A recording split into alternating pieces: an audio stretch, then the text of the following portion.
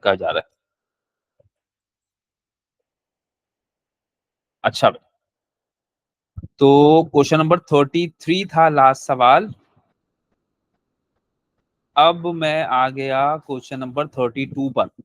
ठीक है, और मैं जितना जरूरी समझ रहा हूँ अपने हिसाब से उतना ही डिस्कस करता जा रहा हूँ। अब ना मुझे कोई ये बोल रहा है कि नहीं सर ये आता है ये मत डिस्कस करें, ना ही कोई ये बोल रहा है कि सर ये नहीं आता ये मत छोड़े ही करा करो। कोई कुछ बोल ही नहीं रहा। खैर, तो क्वेश्चन नंबर 32, रेडी? जी सर। अच्छा भाई, तो अब इसमें पहला पार्ट तो है कंप्लीट द टेबल। तो टेबल कंप्लीट करना तो मैं नहीं करवा रहा हूँ, ये मेरे हिसाब से सबको आता है। पेपर 2 है, आराम से कैलकुलेटर से भी आप कर सकते हैं। ठीक है, तो आपने सबसे पहले तो टेबल कंप्लीट कर दिया, फिर ग्राफ ड्रॉ करने की बारी है। ग्राफ डेफिनेटली उसमें सीखना कुछ नहीं है, बट उसमें हाथ की सफाई बहुत है, तो उसको लाजमी करें, प्रैक्टिस करें।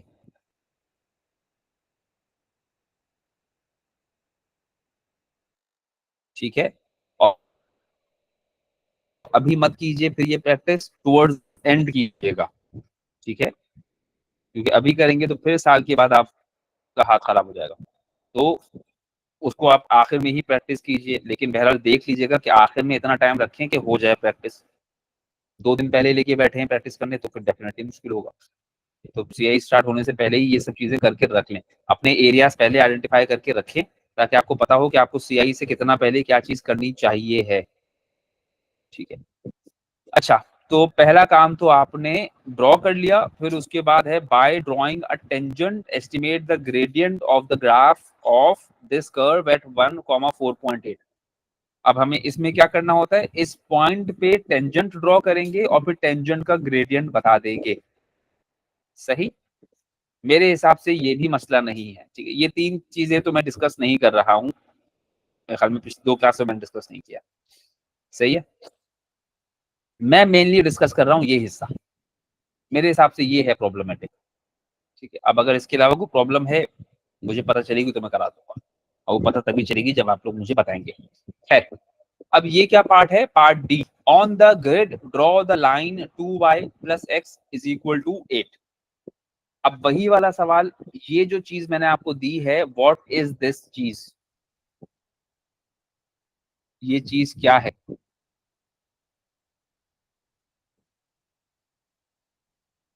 इक्वेशन। किस चीज की? फंक्शन। कैसा फंक्शन? Linear linear. ये लीनियर फंक्शन।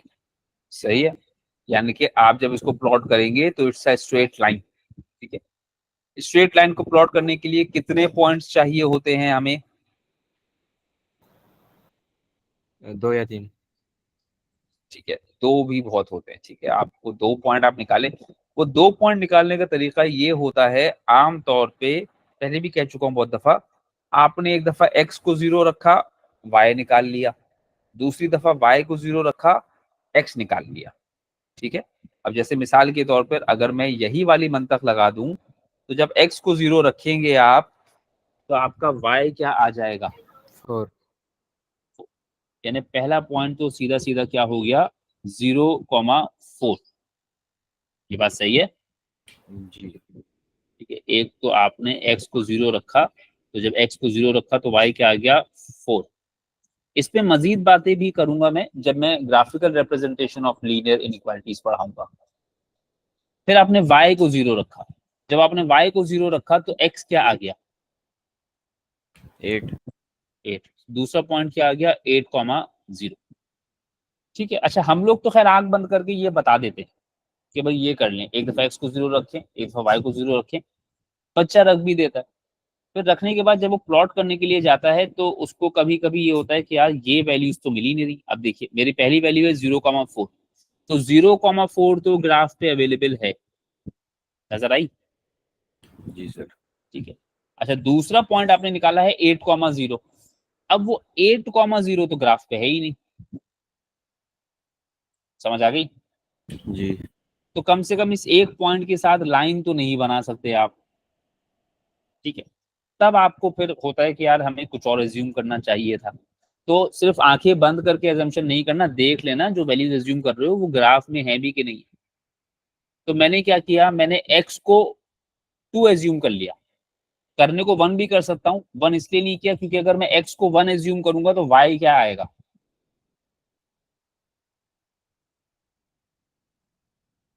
बहुत मुश्किल काम कह दिया मैंने। 7/2 हो जाएगा। 7/2, 3.5। अब ऐसी चीजों को प्लॉट करने में हम कहते हैं यार ये क्या फजूल का बात है, ठीक है। तो हमने x को 2 एज्यूम कर लिया।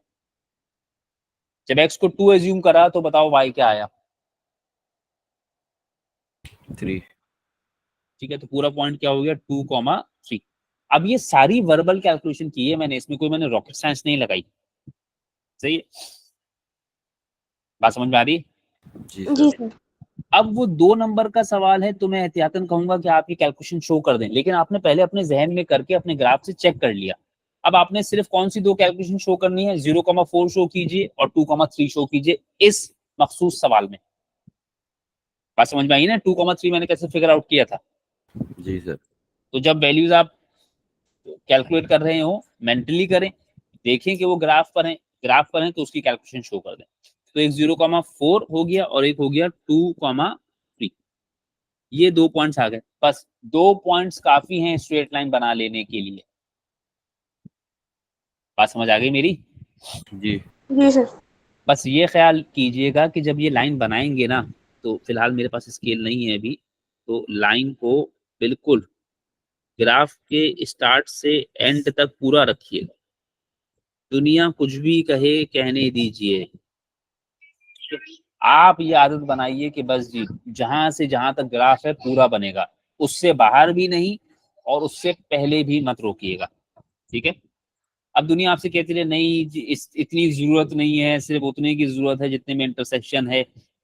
वो मसला ये कि इतना स्मार्ट बच्चा हमारा होता नहीं है, ठीक है। तो इसलिए फिर हम एहतियातन कहते हैं कि सब लोग क्या करो, जहां से ग्राफ जितना ग्राफ है उतने पे बनाओ। तो स्केल जरा देख के, स्केल अपने साथ बड़े वाला लेकर जाइएगा। ये जो आपके चेंज वाला स्केल होता है ना, उससे मत कीजिएगा ये लाइंस को ड्रॉ करने में, क्योंकि आप लोग लाइन को कंटिन्यू करने में टेढ़ा कर देते हैं लाइन को, ठीक है। अगर कोई भी करे मुझे दिखाए पहले कि वो उसको यूज करके कैसी चीजें बना रहा है, अगर सही होगा मैं कह दूंगा हाँ जी चैंपियन हो तुम, वरना बड़ा स्केल लेके जाओ। और अगर नहीं ले जा सकते कि नहीं मैं कैसे लेकर जाऊंगा इतना बड़ा स्केल, ठीक है, तो छोटे वाले स्केल से प्रैक्टिस करें, मुझे दिखाएं। चलें खैर, इतनी बात समझ में आ गई, ये तो आसान सी बातें थी। अब मैं दोबारा लाइंस की प्लॉटिंग डिस्कस नहीं करूंगा, जिसने सीख ली अभी तक सीख ली। अब मैं सिर्फ वही डिस्कस करूंगा जो मेरे हिसाब से मुश्किल है, ठीक है, क्योंकि अपने हिसाब से तो आपको बता नहीं है। Part 2, right down the x coordinate of the point where the line intersects the graph of this. हाँ, अब ये कहां से बताओगे? सर ये y = 3 + 2x - x³ का जो ग्राफ होगा उस पर 3 जगह इंटरसेक्शन हो रही होगी उस लाइन की। हाँ, अभी तो प्लॉटिंग करने के बाद ही समझ में आएगा 3 जगह हो रही है कि 2 जी जगह हो रही है, ठीक है। तो भले जितनी भी जगह हो रही है वो आपसे कह रहा है कि जी write down the x coordinate of the point where the line, कौन सी लाइन? 2y + x = 8 वाली। यानी कि ये कौन सी लाइन है, 2y + x = 8। और जब आप इस पार्ट पे पहुंचे हैं तो इसका मतलब है ये लाइन आप ग्राफ पे प्लॉट कर चुके हैं, जी सर। सही है। आपने उनके पॉइंट ऑफ इंटरसेक्शन के सिर्फ x कोऑर्डिनेट बताने, ये लाइन और ये ग्राफ आपका या ये फंक्शन आपका ग्राफ पे मौजूद है। जी ये कब डाला था आपने ग्राफ पे?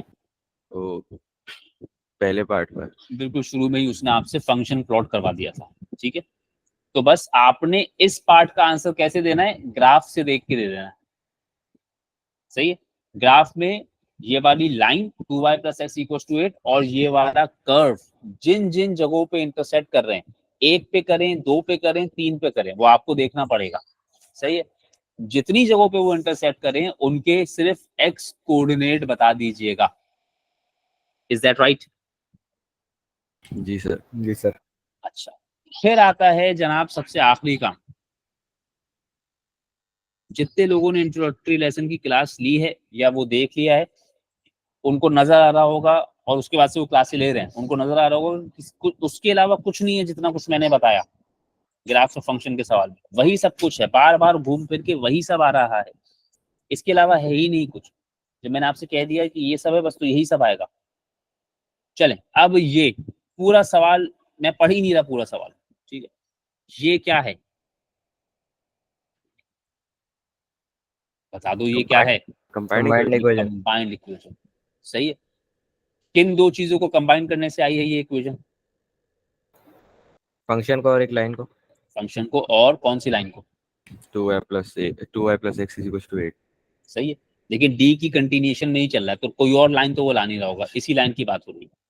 मैं कह रहा हूँ कि जब मैंने लाइन और फंक्शन की इक्वेशन को मर्ज किया तो इस तरह की कंबाइंड इक्वेशन आई, जो फिलहाल ए और बी की फॉर्म में है। सही है, जी तो वो कह रहे हैं ए और बी बता दें। अब ए और बी तो तभी बताएंगे ना जब आप एक ढंग की कंबाइंड इक्वेशन ले आएंगे, यही बात है। जी सर। जी सर। तो अब इक्वेशंस को कंबाइन करने के लिए क्या करूं? मेरे पास लाइन की इक्वेशन क्या है? 2y + x = 8, और कर्व की इक्वेशन क्या है? y = 3 + 2x - x³ / 5। सही है। अच्छा, एड मैथ्स वालों ने एक चीज सीखी है, साइमल्टेनियस सॉल्यूशन, लीनियर को क्वाड्रेटिक के साथ सॉल्व करना। बोल दो जी ये भी सर। नहीं सीखा, बोल दो ये भी नहीं सीखा, सीखा है ना? जी सर। ठीक है। उसमें आमतौर पे आप लोगों को एक मशवरा दिया जाता है कि जब लीनियर को क्वाड्रेटिक के साथ सॉल्व कर रहे हो तो हमेशा वैल्यू लीनियर में से निकालो और क्वाड्रेटिक में सब्स्टिट्यूट करो। अब मुझे जी नहीं सर। पता आप, ठीक है, तो यहां भी आप उसको फॉलो कर सकते हैं, लेकिन मैं फिलहाल क्या कर रहा हूं, मैं ये वाली y की वैल्यू यूज कर रहा हूं, ये वाली। सही है, और इसको ले जाकर इस इक्वेशन में यहां पर प्लेस कर रहा हूं। ये बात सही है? जी जी सर। सर। जी सर। अच्छा, अगर मैं ऐसा ना करता तो फिर मैं y की वैल्यू लीनियर में से निकालता, जो फ्रैक्शनल वैल्यू आती, मुझे फ्रैक्शनल वैल्यू के साथ काम करना नहीं पसंद, ठीक है, इसलिए मैंने वो वाली वैल्यू यूज कर ली। या मैं x की वैल्यू निकालता, x की वैल्यू सब्स्टिट्यूट करने में मुझे बहुत तकलीफ होती। क्या तकलीफ होती? अगर मैं सर लीनियर में से x की वैल्यू निकालता और यहाँ रखता तो मुझे क्या तकलीफ होती? सर उसका क्यूब निकालना होता। सर नेगेटिव y भी आता। मतलब नेगेटिव तो चलो आ जाता, एक तो उसको दो जगह सब्स्टिट्यूट करना पड़ता। सही है, जी जी सर। सर। यानी आप इस सवाल में अगर पहले वाली इक्वेशन 2y + x = 8 में से, जी ये तो भी चलेगी, चाहिए? अच्छा, क्लास के बाद ले लीजिएगा। x की वैल्यू आपने निकाली 8 - 2y, मिसाल के तौर पे मैं आपको सिर्फ करके दिखा रहा हूँ, करना नहीं है ये, ठीक है। अब इसको उठाकर आपने फंक्शन की इक्वेशन में रखा, y = 3 + 2 × 8 - 2y, ये बात तो सही हो गई। जी सर। -8 - 2y का होल क्यूब अपॉन 5। समझ में आई ये बात? जी। अब चाहे आप एड मैथ्स पढ़ भी लें, बायनोमियल एक्सपेंशन आप सीख भी लें, डी मैथ्स का तो हिस्सा नहीं है। आप 8 - 2y का होल क्यूब एक्सपेंड करना नहीं जानते as an O level student. सही है, जिसने डी मैथ पढ़ रखा है, तो आप 8 जी - सर। 2y का होल क्यूब एक्सपेंड नहीं करते, तो कम से कम जब वैल्यूज को सब्स्टिट्यूट करें तो जरा देख लें कि what are you actually going to get. ठीक है, तो ये मैंने क्यों लिखा है,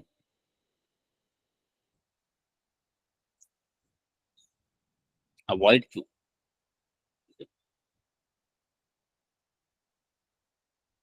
do not try this at anywhere, at home ही क्यों। सही है, ये मत कीजिएगा, बात समझ आ गई? जी जी सर। सर। क्योंकि फिर आप फंस जाएंगे। तो आप y की वैल्यू उठाइए, फंक्शन में से उठाइए, उसको लाइन में रख दीजिए, या y की वैल्यू लाइन में से उठाइए, उसको फंक्शन में रख दीजिए, वो आपकी चॉइस है। इसी चीज इन्हीं चीजों के लिए कह रहा हूँ कि बस इसको प्रैक्टिस कर लें, आता भी है तो भी कंबाइन इक्वेशन को प्रैक्टिस कर लें, ताकि आपको पता रहे कि भाई अगर एकाध स्टेप गलत कर दिया घूमते रहोगे फिर। अच्छा जी, ये हो गया 2 times 3 plus 2x minus x cube upon 5 plus x is equal to 8। Is that okay? जी सर। जी सर। तो अब अल्लाह ताला भला करे। 6 plus 4x minus x cube upon 5 plus x is equal to 8। मैं एलसीएम ले रहा हूँ जरा डायरेक्टली, तो 30 प्लस 20x सर ये minus minus x two cube. X cube नहीं होगा? कहाँ पर 2 multiply by minus x cube upon 5। हाँ 2 भी तो आएगा यहाँ पर। तो अच्छा क्या हुआ, 2x cube plus 5x equals to 40। अब डेफिनेटली अगर कोई ग्राफ्स ऑफ फंक्शन पढ़ रहा है ना, तो उसको ये चीजें समझ में आ रही हैं। जो बच्चा यहाँ तक पहुंचा है उसको ये सब समझ में आ रहा है कि जी ये एलसीएम वेलसीएम कैसे लिया सर ने, क्या हुआ क्या नहीं हुआ। समझे बात? जी सर। जी सर। ऐसा नहीं हो सकता कि मैं किसी बच्चे को ग्राफ्स ऑफ फंक्शंस पढ़ाऊं और वो मुझसे ये पूछ रहा हो कि सर वो ये एलसीएम तो कैसे आ गया। ज्यादा स्टेप्स कर दिए मैंने। अच्छा अब 2x क्यूब को मैंने पॉजिटिव करना है, तो ये तीनों चीजें उठाकर मैं राइट हैंड साइड पे लेके जा रहा हूँ। ये हो गया 2x क्यूब माइनस 25x और प्लस का 10 is equal to 0। Is that right? Yes sir. जी ये सर। आपने कंबाइंड इक्वेशन बना ली, सही है। अच्छा वो क्या कह रहा है कि कंबाइंड इक्वेशन कैसी है? वो कह रहा है कंबाइंड इक्वेशन है 2x cube plus ax plus b। अब जरा इन दोनों को कंपेयर कर लीजिए, तो आपका a क्या आ गया? 25 माइनस 25 a आ गया -25 और b क्या आ गया? 10। बस सही है। यानी सवाल की बातों को जो है ज्यादा दिल से लगाने की जरूरत ही नहीं। आपको पहले ही सिखा दिया मैंने सब कुछ कि जी किस किस तरीके से बात होती है, उसमें कौन चीज क्या होती है। बस उसके अकॉर्डिंगली उठाएं और करते जाएं। पेपर में जरूर एक दफा पढ़ लीजिएगा, लेकिन वैसे होगा यही इंशाल्लाह ताला। लेकिन फिर भी ये नहीं कि मतलब एकदम ही आपने उसको करना शुरू कर दिया। चलो भैया फाइनली अब इस तरह का भी सवाल कर ही लें, बाकी तो सवालों में मुझे लग नहीं रहा कोई मसला। Rectangle ABCD has area 80 centimetre square. ये किस चीज का एरिया दिया उसने तुमको? रेक्टेंगल। पूरे रेक्टेंगल का एरिया दे दिया उसने, सही है। ये सिर्फ शेडेड रीजन का एरिया नहीं है, ख्याल रखिएगा, ठीक है। पूरे रेक्टेंगल का एरिया दे दिया विच इज 80 सेंटीमीटर स्क्वायर। अच्छा अब ये क्या है? इसको आप कह सकते हैं ग्राफ्स ऑफ फंक्शन के साथ क्वाड्रेटिक इक्वेशन का कॉम्बिनेशन कह लें, या आप इसको मेंसुरेशन का कॉम्बिनेशन कह लें, वो आपकी मर्जी, सही है। अब ये सिर्फ ग्राफ्स ऑफ फंक्शंस नहीं रहा, उसने साथ में इसमें 2-4 चीजें और ऐड कर दी, ठीक है। ये वाले जी। सवाल मैंने छोड़े हुए हैं। ये भी पीछे भी 2 सवाल थे, वो भी मैंने छोड़े थे, और वो मैंने लिखवाए थे ईमान को, और ईमान माशाल्लाह से आ जाएगी। वाह वाह वाह वाह वाह वाह। तो किसी और ने लिखे थे क्या? सुभान अल्लाह सुभान अल्लाह, खुश हो गया दिल में ना, बहुत खुश हो गया। खैर आओ तुम लोग स्कूल आओ, तुम लोग को ऑनलाइन में जितनी आज़ादी मिली हुई है ना, सबको देख लूंगा मैं। Triangle PCQ is removed from one corner of the rectangle. उसमें B से Q की लेंथ है 4, A से B की लेंथ है X। ये मेंशन कर देंगे हम डायग्राम में, ताकि बार बार सवाल कौन पढ़ेगा, ठीक है। अच्छा एक और भी काम कर सकते हैं, आप चीजों को अंडरलाइन भी कर सकते हैं। ये कैसे अंडरलाइन किया है, ठीक है। ये अंडरलाइन कर दिया, ये अंडरलाइन कर दिया। ये सिखाया मैंने कि डेटा लिखना नहीं होता। अच्छा BQ कितना है? BQ भी 4 है और DP भी 4 है, और AB कितना दिया हुआ है तुम्हें? एक्स। AB तुमको दिया हुआ है X, सही है। जो कुछ उसने बताया था वो कुछ तुमने फिलहाल लिख दिया, अपने पास से भी कुछ भी नहीं लिखा है। AB X है तो और क्या चीज पता चल गई? AD AD, AD भी कितना हो गया? X। x अभी लिख नहीं रहा। और क्या पता लग गया? CP CP कितना हो गया? x minus 4 x minus 4 x minus 4। ठीक है, अभी ये लिखा नहीं है मैंने, ठीक है, तुम्हारा दिल चाहे तो लिख लो, कोई हर्ज नहीं है उसमें। खैर, अब वो आपसे क्या कह रहा है, write down an expression in terms of x for CP। कह रहे भैया आप CP के लिए एक एक्सप्रेशन लिख दीजिए इन टर्म्स ऑफ x। वो तो आपने बता ही दी मुझे, क्या है वो? x minus 4 x माइनस 4, और वो फिर आपने लगे हाथों यहाँ पर मेंशन भी कर लिया। सही हो गया? ये जी बात सर। सही है? x माइनस 4 जी सर सेंटीमीटर। अगर अगर आंसर स्पेस में सेंटीमीटर मौजूद है पहले से, तो सिर्फ x माइनस 4 लिखना। उसके बाद पता नहीं क्या बात कह रहा है वो,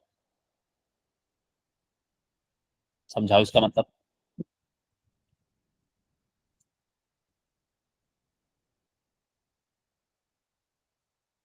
पार्ट बी का मतलब समझाओ। सर उस पे CQ की लेंथ दी हुई है और वो रीजन पूछ रहा है कि इसकी लेंथ ये क्यों है। हाँ, यानी उसने आपको CQ की लेंथ दी हुई है। अच्छा, जरा खुद से सोचो, जितनी इंफॉर्मेशन तुम्हें दी हुई है और जितनी फिलहाल तुम पार्ट ए तक ले आए हो, क्या मैं तुमसे अभी तक की इंफॉर्मेशन के हिसाब से सीधा सीधा CQ पूछूं तो क्या सीधा सीधा CQ बता सकते हो? ऐसे ही खड़े खड़े जैसे PC बताया, क्या उसी तरह CQ बता सकते थे? नहीं सर। CQ तुम बता सकते थे अगर तुम्हें क्या पता होता? AD AD। AD या BC पता होता। सही है ना? जी सर। ठीक है, तो अब AD या BC पता होता तो मैं CQ बता पाता, और फिर उसको मैं जस्टिफाई भी कर पाता कि भाई CQ की वैल्यू ऐसी ऐसी क्यों आई है। समझ आ गई? जी जी सर। सर। अब आ जाए पार्ट बी पे। पार्ट बी में वो आपसे कह रहा है कि भाई बताओ CQ की वैल्यू ये क्यों है।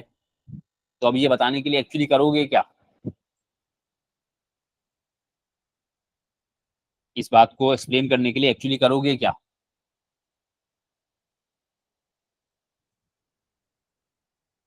सर ये बताएंगे ना कि BC की लेंथ 80/x है। यानी कि ये बताना पड़ेगा ना कि BC की वैल्यू 8, यानी कि तुम CQ बताने के लिए मुझे बताओगे BC 80/x है, ये बात कह रहे हो? जी तो वो भी कैसे बताओगे, मैं क्यों मान लूं? सर, वो 80 एरिया है और एक साइड की लेंथ x है, मतलब AB की लेंथ x है और 80 एरिया है। सर फिर से पूछे, हमें क्या पूछा सर? यानी ये होगा कि आप इसको मैथमेटिकली कैलकुलेट करके दिखाएंगे मुझे। सही। जी सर। सही। अगर आपको CQ की वैल्यू निकालनी है तो मैं यहाँ साइड में थिंकिंग प्रोसेस लिख देता हूँ। अगर CQ की वैल्यू निकालनी है तो आप कहेंगे भाई CQ जो है ना वो है BC माइनस 4। सही है? जी सर। तो आपने अपने CQ को BC से कनेक्ट कर दिया। अब मैं कहूंगा BC माइनस 4 है तो मैं क्या करूँ? कहोगे भाई BC 80/x। मैं कहूंगा भाई क्यों? तो इसका मतलब है तुम पहले BC निकाल के दिखाओगे, फिर उसके बाद CQ निकालोगे। Is that right? Yes sir. तो सबसे पहले काम तो क्या करना है, BC की लेंथ निकाल के दिखानी है। अब BC की लेंथ निकालने के लिए उसने तुम्हें क्या इन्फॉर्मेशन दे रखी है? एरिया दिया हुआ है और AB की लेंथ दी हुई है। तुम्हें एरिया दिया हुआ है और AP की लेंथ दी हुई है इन टर्म्स ऑफ x। तो आप कहेंगे 80 is equals to x multiply by BC। Is that right? Yes जी सर। सर। तो BC की लेंथ क्या आ गई? BC की लेंथ आ गई 80 डिवाइडेड बाय x। ये आपने पहला काम किया। सही, ये कोई बहुत रॉकेट साइंस नहीं है इसमें। सही। फिर आपने क्या किया, अब आप CQ की लेंथ निकाल के बताएंगे। आप कहेंगे CQ बराबर था BC माइनस 4 के। तो CQ कितना हो गया?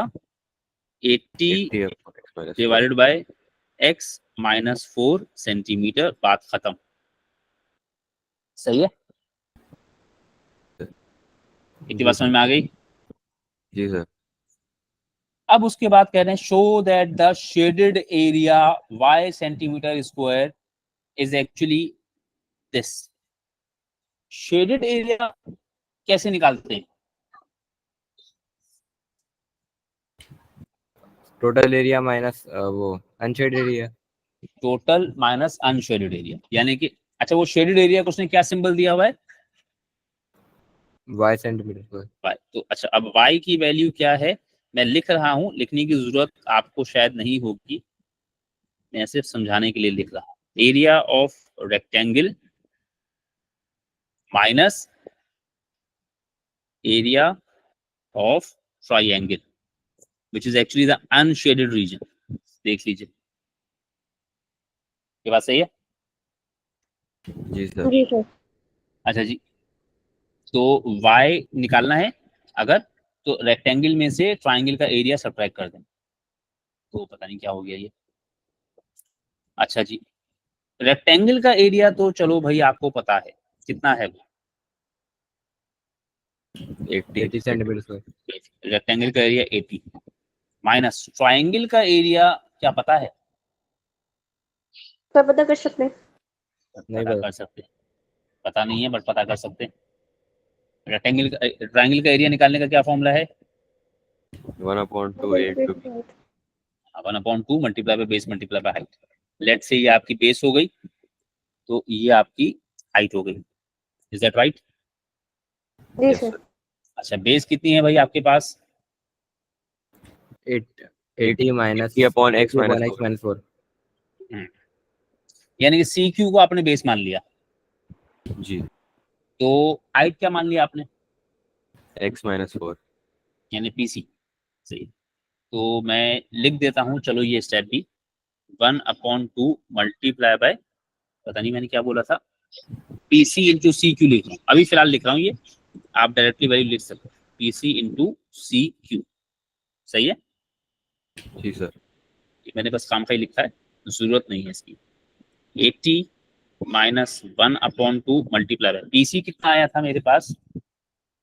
x - 4। सही है ना? जी सर। जी सर। और सी क्यू अभी निकाला हमने 80/x - 4। अब आपको इसको करना है सिंप्लीफाई। सही है? y को तो y ही रहने दीजिएगा, मैं कोशिश करता हूँ इस जगह पर एडजस्ट हो जाए।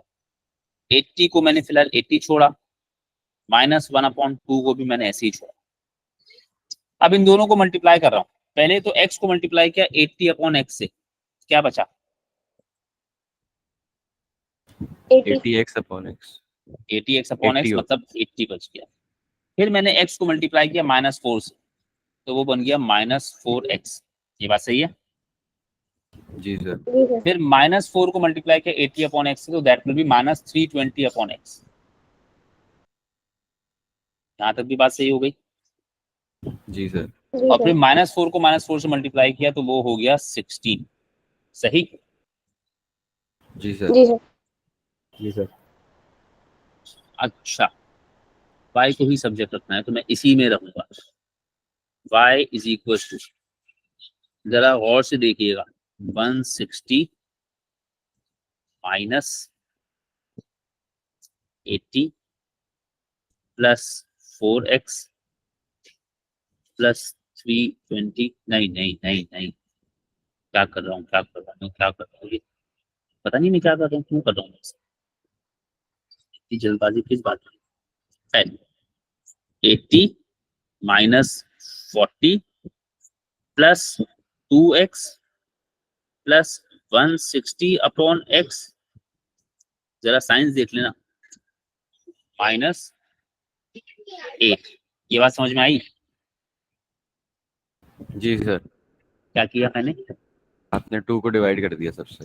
हाँ, मतलब बेसिकली 1/2 से सबको मल्टीप्लाई कर दिया और साइन को भी मल्टीप्लाई कर दिया। Is that okay? जी सर। ठीक जी है, सर। तो बस ये देख लेना, कोई गलती मत कर देना सिंप्लीफाई करते हुए। तो y is equal to 80 minus 40 minus 8, यानी ये और ये 80 में से 48 माइनस कर दोगे तो 32 आ जाएगा। सही हुआ? जी। प्लस 2x भी ऐसे का ऐसा ही आ जाएगा, प्लस 160/x भी ऐसा ही आ जाएगा। तो ये 40 होगा ना?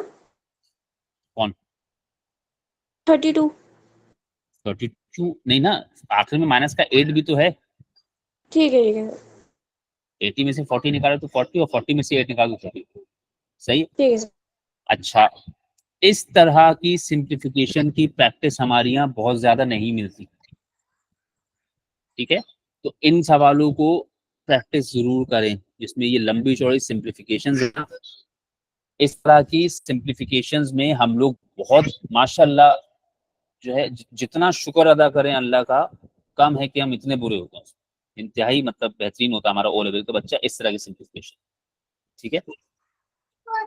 तो इसकी बहुत प्रैक्टिस करें। अलजेब्रा में बहुत गलतियां करते हैं लोग, सही है। कॉन्सेप्ट में कुछ भी नहीं था, कॉन्सेप्ट बड़ा स्ट्रेट फॉरवर्ड था, सिर्फ जिस तरह की एक्सप्रेशंस जनरेट हुई थी ना उसमें गलतियां करते हैं और अच्छे अच्छे लोग करते हैं, सही है।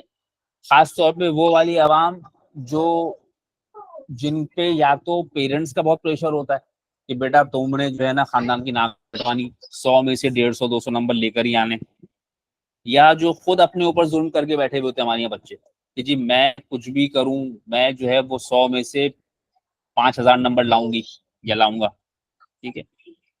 ये वाले लोग इस तरह की चीजों में आके गड़बड़ करते हैं।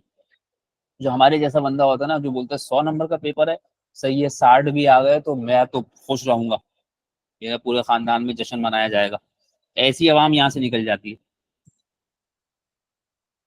तो ये ख्याल रखिएगा। चलें उसके बाद आ गए पार्ट डी पर। अब पार्ट डी वही घिसा पिटा पुराना मामला, क्या बोल दो जल्दी जल्दी, पार्ट डी में क्या है? टेबल कंप्लीट करनी है। टेबल कंप्लीट करनी है, ठीक है। तो ये आपको आती है। अब अगर अभी भी किसी को नहीं आती तो अब मैं कुछ नहीं कर सकता। फिर ई पे आ गए, ग्राफ प्लॉट करना है। ये तो मैं आपको कह चुका, इसमें कुछ भी सीखने के लिए नहीं है, इसमें सिर्फ प्रैक्टिस है, ठीक है। फिर उसके बाद जो है वो ये बात आ गई, अरे यार ये कहां से आ गया, बनाना पड़ जाएगा सारा। चलो खैर इसका मतलब तो समझाओ पहले।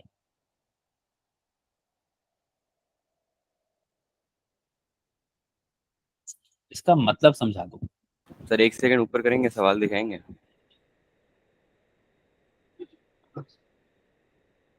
नहीं नहीं सर, इतना ऊपर नहीं, जो उस वो पार्ट जो है। अच्छा भाई, यार एक तो तुम लोग ऐसे करते हो ना, ये सारा पूरा मान जाता है ये। बस ये। जी सर। हाँ क्या जी सर, जी सर क्या? सर इसका मतलब हम लोग जो ग्राफ बना रहे हैं वो जो शेडेड एरिया निकाला हम लोग ने, शेडेड रीजन का एरिया, उसका ग्राफ बना रहे हैं। हाँ यानी कि ये जो चीज तुम बना तुम ये चीज प्लॉट कर रहे हो, जी सही है। y is equal to 32 plus 2x plus 160 upon x, और वो पहले ही बता चुका है कि y क्या है, वो शेडेड एरिया का, शेडेड रीजन का एरिया था। ठीक है। वो पहले ही कह चुका था कि y जो है वो शेडेड रीजन का एरिया है, ये वाला देखिए, सही है। जी सर। वो आपको पहले ही कह चुका था कि y जो था वो शेडेड रीजन का आपका एरिया था, सही है।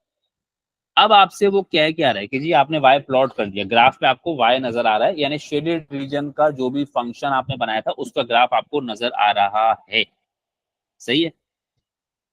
अब वो आपसे बात क्या कह रहा है कि use your graph to find the minimum possible shaded area, यानी आपका शेडेड एरिया का सबसे मिनिमम वैल्यू क्या होगा, क्या बताना है। मिनिमम पॉइंट बताना है। यानी क्या मतलब हुआ, मिनिमम पॉइंट बताना सर है मतलब? मतलब जो ग्राफ बनेगा उसका। हाँ उस लैंग्वेज में बात करो कि डी मैथ्स वालों को भी समझ में आए। सर जो ग्राफ बनेगा वो पैराबोलिक होगा, तो उसका मिनिमम पॉइंट बताना होगा। यानी आपने मिनिमम वैल्यू ऑफ y बतानी है, समझ आई बात? जी सर, जी सर। वो आपसे कह रहे हैं use your graph to find the minimum possible shaded area. अब मिनिमम पॉसिबल शेडेड एरिया, किस चीज को शेडेड एरिया कह रहा है वो? शेडेड एरिया किस चीज को कह रहा है वो? मार खा जाओगे मुझसे सारे के सारे। वाई को। y को। उसने बोला ना कि शेडेड एरिया क्या है, y है आपका शेडेड एरिया। अब आपसे पूछ रहा हूँ use your graph to find the minimum possible value of y, समझ आई बात? जी सर। जी जी सर। सर। ये समझिएगा पहले कि वो पूछ क्या रहा है। उसने बोला तो शेडेड एरिया है, अब वो शेडेड एरिया के पीछे उसका मतलब क्या है, minimum possible value of y। अब मिसाल के तौर पे आपने इसमें ग्राफ बनाया, जब आप इसमें ग्राफ बनाओगे ना मेरे भाई, तो कुछ ऐसा करके ग्राफ आएगा। मैंने अंदाजे से प्लॉट किया भाई, सही है? जी सर। जी कुछ सर। ऐसा ग्राफ आएगा, ठीक है। आपने मुझे उसकी मिनिमम वैल्यू बता देनी है, यानी y की मिनिमम वैल्यू बता देनी है। अब y की मिनिमम वैल्यू ये है मेरे हिसाब से, जो ग्राफ मैंने बनाया, सही है? आ रही बात समझ में? जी जी सर। सर। तो बस आपने ये वैल्यू पढ़ ली, तकरीबन ऐसा मान ली कि ये 70 ही है, सही है? जी सर। दोबारा बता दूं, ये ग्राफ मैंने ऐसे ही रैंडमली बनाया है, मैंने प्लॉट नहीं किया। तो कोई निकाले अपना आंसर, उसका आंसर 62 63 कुछ आ रहा हो तो वो ना आ जाए मेरे पास कि सर आपका तो 70 आया था। तो सर ने तो ये वैल्यू ऐसे ही निकाली है, सही है? आप एक्चुअली प्लॉट करेंगे तो आपकी वैल्यू डिफरेंट ही आएगी। आई बात समझ में?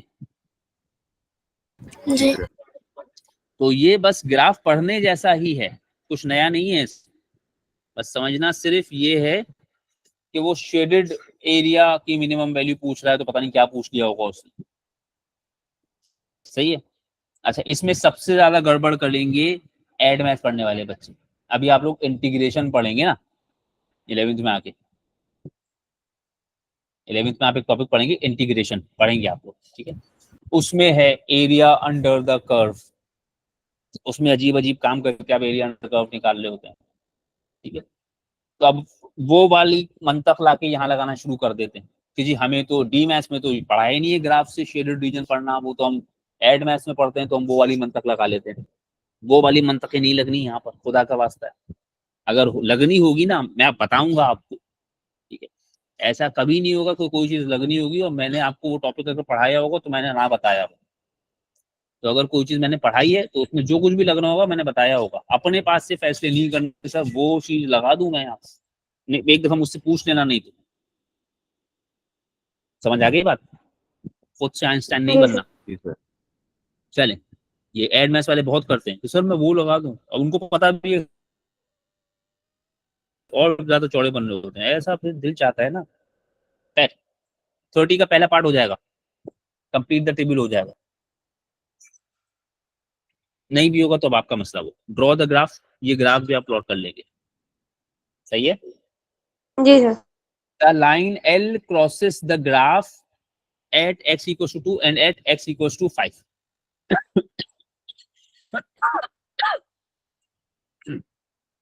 अच्छा भाई, क्या हो गया? क्या कह दिया? कोई लाइन है एल, सही है? जी सर। तो वो क्या कर रही है? वो ग्राफ को जिन जगहों पर क्रॉस कर रही है उन जगहों की क्या पता है आप? कोऑर्डिनेट्स पता है। उनके आपको एक्स कंपोनेंट्स पता है, जी सर। सही है? अगर आपको उन जगहों के एक्स कंपोनेंट्स पता है तो क्या आप उन जगहों के वाई कंपोनेंट्स बता पाएंगे?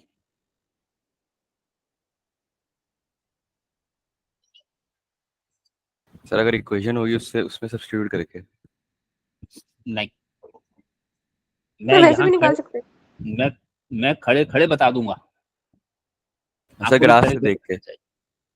नहीं, मैं इसी जगह से खड़े खड़े बताऊंगा। टेबल को देख के। टेबल को देख के बताएंगे ना। जिस वक्त आपका x2 है उस वक्त का y क्या है भाई मेरे? 2। और जिस वक्त आपका x5 है उस वक्त का y क्या है? 1.4। खुदा ना खास्ता, अल्लाह ना करे, टेबल में ये इंफॉर्मेशन नहीं है, तब आप क्या करेंगे? अब बताइए। इक्वेशन में सब्स्टिट्यूट करेंगे। आप पार्ट बी कर चुके हैं, ग्राफ से देख लेंगे। आप ग्राफ से देख लेंगे। आपका ग्राफ बना हुआ है, जिस वक्त x2 है उस वक्त का y निकाल लेंगे,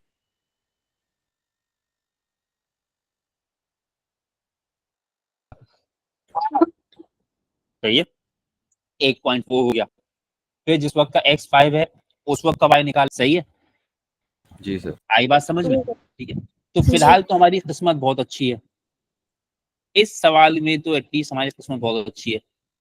हमें ग्राफ से नहीं देखना, हमें टेबल से ही पता चल रहा है, सही है? और याद रखना, अगर टेबल से इंफॉर्मेशन मिल रही है तो वही उठाना, क्योंकि तुम तो जब ग्राफ बनाओगे तुम्हारा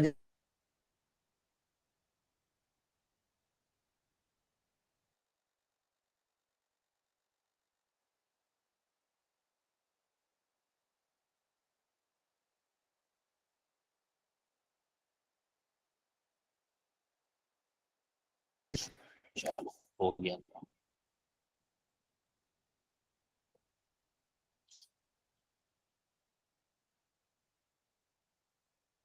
हाँ मेरी आवाज आई वापस? क्या मेरी जी आखिरी सर। बात सुनी जी थी सर, आप आ लोगों गई। ने? क्या मैंने आखिरी बात बोली थी आप लोगों को? तो ये मैंने क्या कर दिया? आखिरी बात मेरी क्या सुनी थी, बोलो।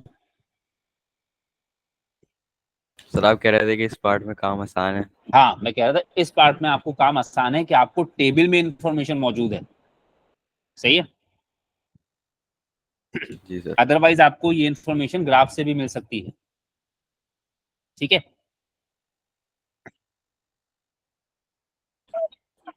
उसके बाद मैंने आपसे कहा कि अगर आपको इंफॉर्मेशन टेबल से मिल रही हो ना तो टेबल से ही उठाइएगा इंफॉर्मेशन, ग्राफ से मत उठाइएगा। क्योंकि ग्राफ में जिस वक्त x2 होगा आपका उस वक्त का y2 नहीं आ रहा होगा, आपका तो वो कुछ और ही आ रहा होगा, 1.2 1.9 आ रहा होगा।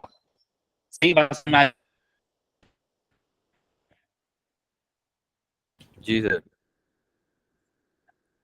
तो इसलिए ग्राफ से इंफॉर्मेशन मत उठाना अगर टेबल में मौजूद है तो। खैर अब मुझे करना क्या है बेसिकली इस सवाल में?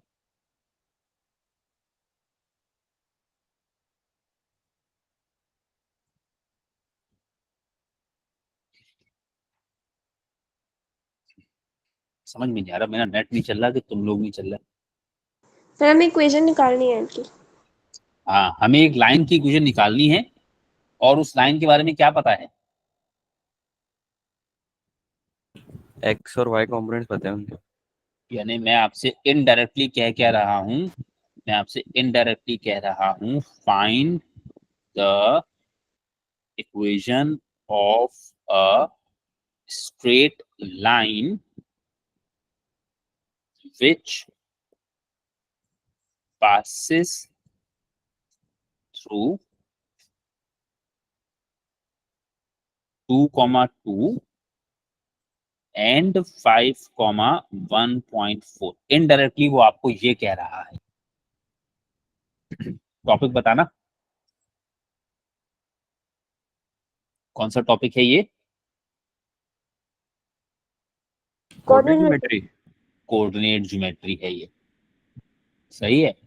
और मेरे पास अगर मुझे लाइन की इक्वेशन मालूम करनी है तो कौन सा फॉर्मूला है लाइन की इक्वेशन मालूम करने का? y is equal to mx plus c। y is equal to mx plus C. सही है। और किसी को याद है कि ये कौन सा केस है? मैंने आपको केसेस करके पढ़ाया है।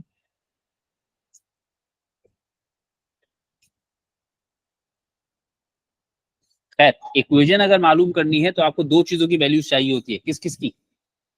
ग्रेडियंट और y इंटरसेप्ट। ग्रेडियंट और y इंटरसेप्ट। ठीक है। तो ग्रेडियंट और y इंटरसेप्ट। सही। अच्छा जी, क्या आप इसका ग्रेडियंट निकाल पाएंगे? जी सर। कैसे निकालेंगे जरा बताइए। सर x और y कंपोनेंट पता है हमें। m is equal to 2 y2 minus y1 upon 2 minus x1 से। ये बात सही है? जी ठीक है।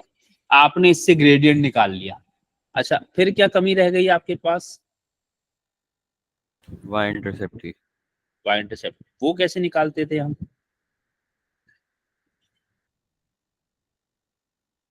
तो हम सारी वैल्यू सब्स्टिट्यूट कर देंगे इक्वेशन में और कोई एक वैल्यू ले लेंगे एक्स और वाई की और हाँ। फिर कांस्टेंट निकाल लेंगे। यानी आप वापस y equal to M X plus C में ही जाएंगे। और अच्छा एक मिनट जरा ये मैं कर दूं, बहुत तंग कर रहा है ये। 0.6 डिवाइड बाय 3, ये 0.2 आ गया माइनस का। जी सर। सही है। अच्छा ये तो मैंने m निकाला। जी। फिर c के लिए मैं वापस जाऊंगा y equal to M X plus C के पास, और इस दफा y equal to M X plus C में y में अब मेरे पास दो पॉइंट्स हैं 2,2 और 5,1.4। कोई सा भी एक पेयर यूज कर लूंगा ना। जी सर। जी सर। तो मैं 2,2 यूज कर रहा हूँ, y की जगह 2 रखा, m की जगह मैंने रखा -2/10 रख दिया मैंने। ये बात सही है? जी sir.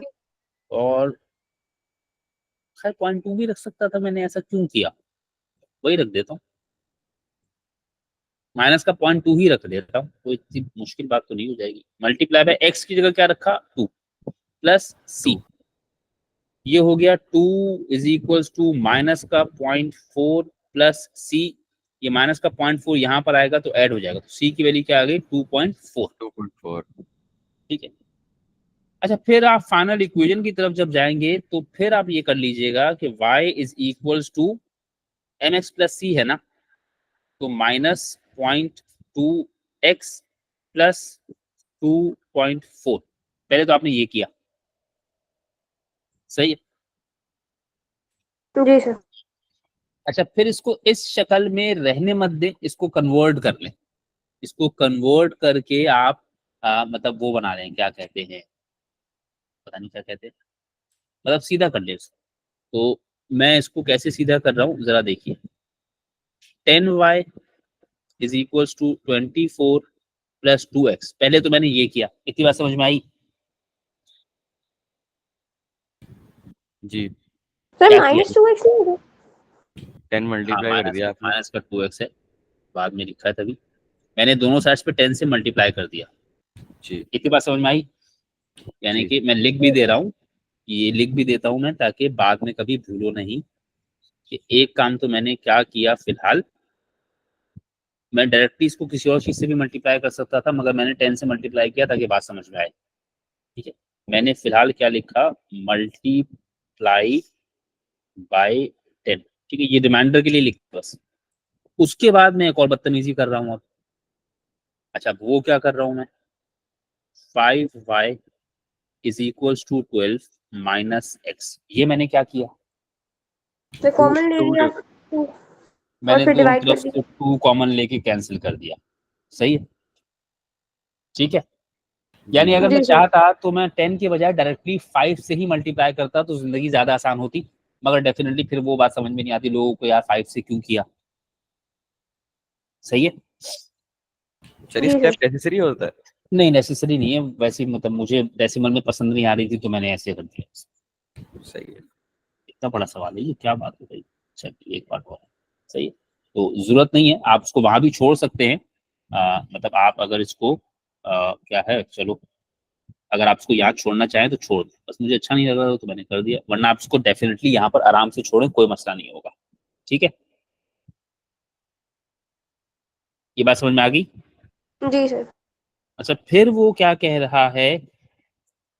Align with gradient -1/3 crosses the graph of y is equals to 1 plus 2 upon x, where x is equal to 1 and x is equal to k. By drawing a suitable line on the grid, find the value of k. मतलब समझा दो, मतलब समझा दो।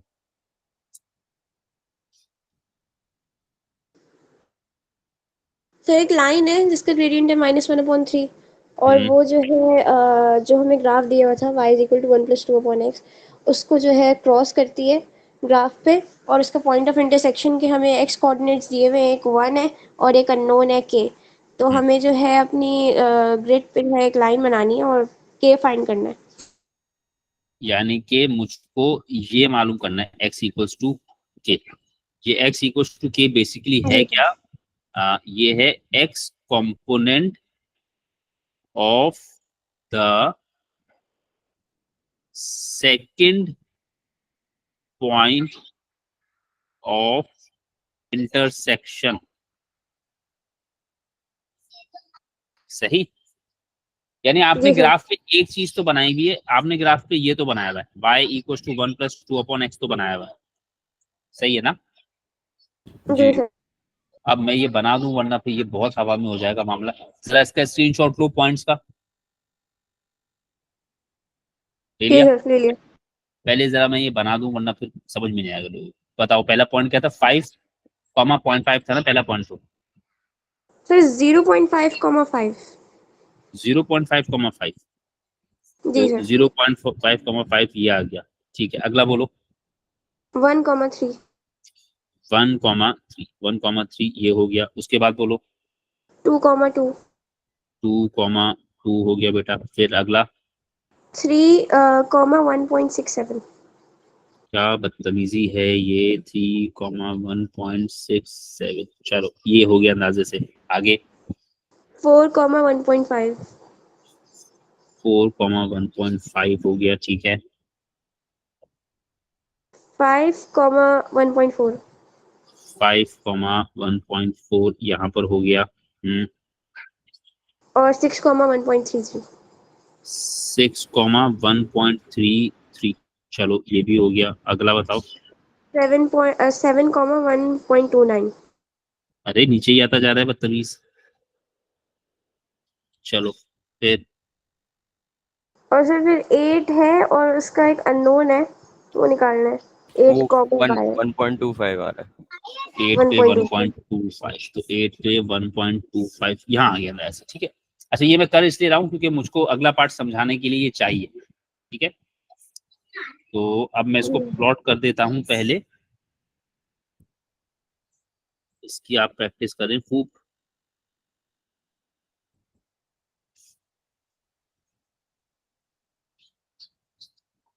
सही है। अब मैं स्क्रीन पे इतना ही बेहतर बना सकता हूँ फिलहाल। सही हो गया। जी सर अच्छा भाई अब कह क्या रहा है। और कोई ग्राफ बनाया मैंने इस पे अभी तक? नहीं, सिर्फ ये ग्राफ बना है और पार्ट सी का ग्राफ नहीं बनाना था। अब वो देखिए, अब जरा ध्यान दीजिएगा प्लीज। वो कह रहा है एक लाइन है जिसका ग्रेडियंट क्या है, -1/3 और वो क्या कर रही है, इस काले वाले ग्राफ को दो जगह इंटरसेक्ट कर रही है। उस जिन दो जगह पे वो इंटरसेक्ट कर रही है उसमें से एक पॉइंट पता है आपको, एक पॉइंट का एक्स कॉम्पोनेंट पता है। सही है। वो क्या है, जी सर x=1 यानी जिस वक्त x1 है तब उसने इंटरसेक्ट किया। यानी कहाँ इंटरसेक्ट किया उसने, यहां पर इंटरसेक्ट किया। ये बात समझ आई? दिख रहा है ना, मैंने हाईलाइट किया उस पॉइंट को जहां उसने इंटरसेक्ट किया। जी सर। ठीक है। अच्छा अब उसने x कॉम्पोनेंट बताया तो डेफिनेटली y कॉम्पोनेंट तो आपको पता है, तो आप कह सकते हैं कि आपको पहला पॉइंट ऑफ इंटरसेक्शन तो पूरे का पूरा पता है। सही। जी सर। अच्छा अगर वो दूसरा पॉइंट भी आपको पता होता ना तो आप लाइन बना देते, लेकिन अगर दूसरा पॉइंट भी पता होता तो वो आपसे पूछता ही नहीं k की वैल्यू। सही। जी सर। आपको दूसरे पॉइंट के बजाय क्या बताया है उसने, ग्रेडियंट बताया लाइन। ग्रेडियंट। ग्रेडियंट है -1/3। ये -1/3 का क्या मतलब है? लाइन नेगेटिव है ठीक है। और फॉल फॉल मतलब लाइन नीचे जा रही है। यानी जब लाइन एक स्टेप नीचे आएगी तब 3 स्टेप आगे बढ़ेगी। ये बात सही। सही है सर। -1/3 का क्या मतलब होता है कि अगर आप 3 स्टेप्स आगे बढ़े हैं हॉरिजॉन्टली, 3 स्टेप आपने अगर रन किया है तो एक स्टेप आपने क्या किया है, बोल दो जल्दी से। -1/3 का क्या मतलब है? अगर मेरा ग्रेडियंट है -1/3, अगर मैं 3 स्टेप्स रन करता हूं तो 3 स्टेप्स आगे हॉरिजॉन्टली मूव करने के चक्कर में मैं एक स्टेप नीचे फॉल भी कर जाऊंगा। ये बात सही है। जी सर। जी इसी सर तरीके से अगर फर्ज करो मैं कहता हूं 2/3, अब अगर तुम 2 स्टेप्स ऊपर जाते हो तो 2 स्टेप्स ऊपर जाने के साथ साथ तुम्हें और क्या करना पड़ेगा, 3 स्टेप्स आगे जाने हैं। 3 स्टेप्स आगे भी जाना है। मैंने कोऑर्डिनेट ज्योमेट्री में आपको ऐसा एक ही सवाल कराया है। अब जरा देखिए, अब सवाल ये है मैं 3 स्टेप्स आगे जाऊं, एक स्टेप नीचे जाऊं, वो तो सब कर लूंगा, स्टार्ट कहां से करूं, स्टार्ट कहां से चलना। जो फर्स्ट पॉइंट ऑफ इंटरसेक्शन है। हाँ यानी कि जो पॉइंट आपको पता है, आपको ये येलो वाला पॉइंट दिख रहा है। जी सही है। सर। जी सर अब मैंने आपसे क्या कहा, मैंने आपसे साफ साफ कहा कि आप क्या करें, इस पॉइंट से आपने स्टार्ट किया, ये वाले पॉइंट से, देखो दिख रहा है ना सबको। जी सर आपने इस पॉइंट से स्टार्ट किया और जब इस पॉइंट से स्टार्ट किया तो आप पहले यहां से 3 स्टेप्स आगे चले जाइए। चलिए ठीक है, फिलहाल मैं 3 स्टेप्स आगे लेके जा रहा हूँ। मुझे कैसे पता चल रहा है 3 स्टेप्स आगे जाना है, ये बात समझ में आ रही है ना? जी जी सर। तो मैं 1 स्टेप, 2 स्टेप, 3 स्टेप आगे पहुंचा। जब मैं 3 स्टेप आगे पहुंचा तो फौरन मुझे एक और क्या काम करना है, एक स्टेप नीचे गिराना है। यानी यहाँ मैं रुक नहीं जाऊंगा, मैं यहाँ से 1 स्टेप नीचे आ जाऊंगा। यानी मेरा अगला पॉइंट लाइन का क्या है, मेरा लाइन का अगला पॉइंट ये है कि नहीं है? अरे यार क्या हो जी गया, सर। आई बात समझ में कि नहीं आई? जी सर, जी सर। ठीक है, आप ऐसा भी कर सकते थे कि पहले आप 1 स्टेप नीचे आ जाते और फिर नीचे आने के बाद 3 स्टेप राइट पे आप रन करते, तो भी आप यहीं पहुंचते। क्या ख्याल है? जी सर। तो जी आपको जो लाइन बनानी है उसके कितने पॉइंट्स पता लग गए हैं आपको? 2 तो पॉइंट्स। 2 पॉइंट। क्या आपको दोबारा ये काम करने की जरूरत है कि अब आप 3 स्टेप दोबारा आगे जाएं नहीं। और 1 स्टेप नीचे आ जाए? जरूरत नहीं है, आप सीधी सीधी लाइन बनाइए, क्योंकि उसने कहा है by drawing a suitable line on the grid. अब करने वाले और क्या करते हैं इसमें, ठीक है, ऐसे ऐसे करके आगे बढ़ते रहते हैं और फिर अंदाजा लगा लेते हैं कि जी एक्स की वैल्यू जो है वो इधर कहीं होगी।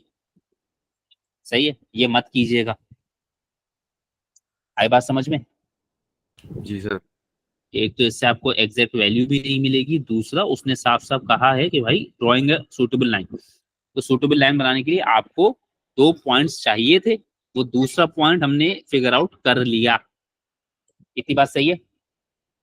जी सर। अब हमारे इंटरनेशनल किस्म के स्टूडेंट्स क्या काम करते हैं वो भी सुन लीजिए। हमारा बच्चा आएगा और ऐसे लाइन बना के बैठ जाएगा। सही है, ये लाइन बना लीजिए।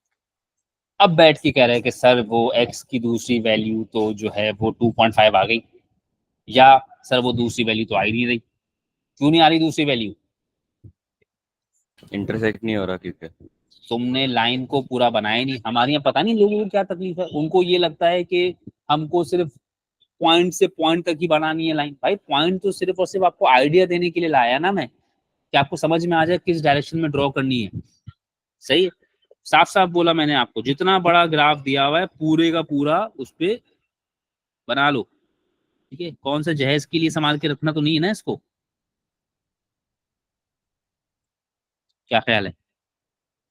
जी सर। ये तो इसको पूरा यूज कर लें आप, जहां तक है पूरा बना दें आप। अब जिस जगह पर इसने जो है वो इंटरसेक्ट किया है देखा, तो वो एक्स की वैल्यू है दूसरी, क्या आ गई वो फिलहाल? 6। 6 आ गई। समझ गए बात मेरी? जी सर। जी तो सर। आपकी एक्स की वैल्यू क्या आ गई? 6 आ गई। तो जितना ग्राफ दिया है उतना यूज कर लीजिएगा। ठीक है, बचाने से कुछ नहीं होगा। जो चीजें बचाने की हैं वो है बिजली वगैरह बचाएं, पानी वगैरह बचाएं, ये सब बचाएं। इसको बचाने से कुछ नहीं होगा। अब वो कुछ बेचारे हमारे यहाँ है वो पेपर सेव करने के चक्कर में बैठे हुए। भाई ये पेपर जाया हो चुका, अब आप इस पे कितना भी लिखें कोई मसला नहीं है। तो लाइन पूरी बनाकर आइएगा खुदा के वास्ते, छोटी सी लाइन बनाकर नहीं आइएगा। अरे भाई क्या हो गया, कितनी बात समझ में आई? जी सर। जी सर। अब मैं आज के दिन में सिर्फ एक काम ये करूंगा कि आज मैं बैठ के इस पेपर को पूरा गो थ्रू करके देखूंगा